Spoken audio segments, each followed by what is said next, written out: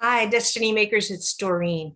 Hey, I know this is a little bit off course from our regular podcast posting, but I have a special gift or what I hope would be a blessing that I'd like to give to you. So let me tell you what it's about.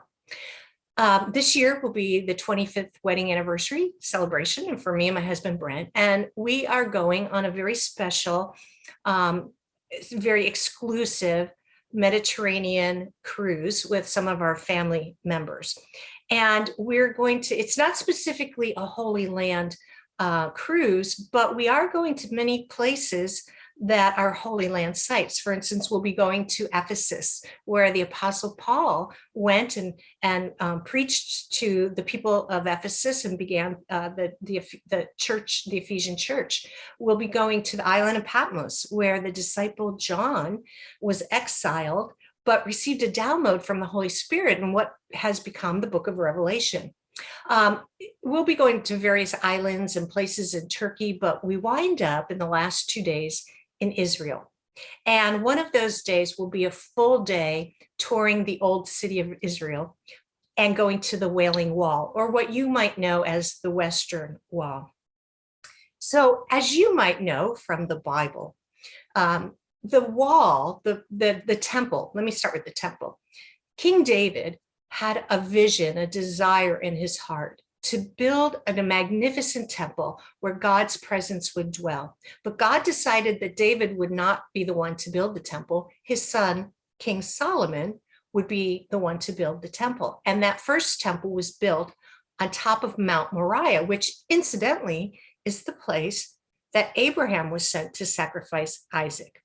Well, that temple stood for about 400 years until the Babylonians came into Israel and conquered Jerusalem and destroyed that first temple in 586 BC and took captive many of the what elite educated Jews, one of which was Daniel, as you might know.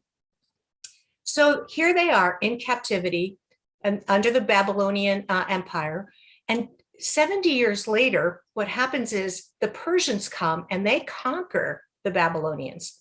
And King Cyrus becomes now the ruling king. And he permits the Jews to return back to Israel and rebuild the temple under Zerubbabel and the three last remaining Jewish prophets, which were Haggai, Zechariah, and Malachi.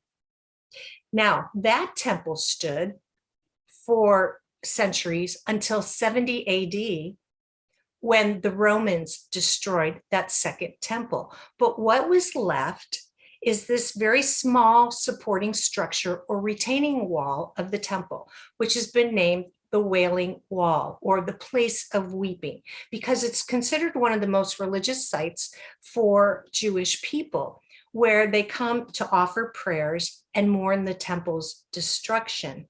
But in fact, many people of all types and all religions come to the Wailing Wall and offer prayers. They slip little pieces of paper, perhaps you've seen it, into cracks in the wall. Now, we as Christians who follow the resurrected Christ, we know that we have direct access to the throne room of God. We don't have to slip our prayers into a wall. This is not meant to be mysterious or mystical or superstitious, but it is something that I'm really looking forward to. I plan to put my own prayers into the wall, and I want to offer that opportunity to you. If you would like a special prayer for something, yourself, someone, click on the link below.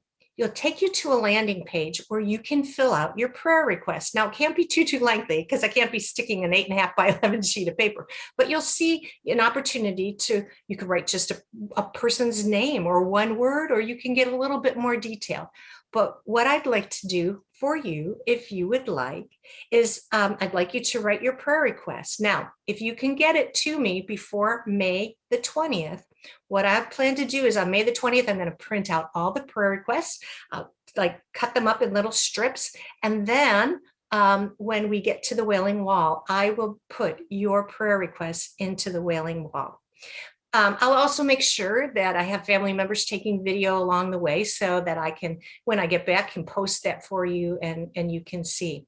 So again, whenever you draw near to God, God draws near to you and he hears your prayers. So again, this is not a way to get God's attention or the only way to get God's attention, but it is a very special and sacred place. In fact, rabbinical belief is that the divine presence remains there on that wall. It has God's presence never departs from the wall. We know we have God's presence within our heart. So again, this is just something really fun that I think and I hope would be a blessing to you. So go to the link, write your prayer request, and then watch as we deliver that. I think it will be somewhere around the beginning of June. So God bless you, and we'll see you next on Design and Destiny.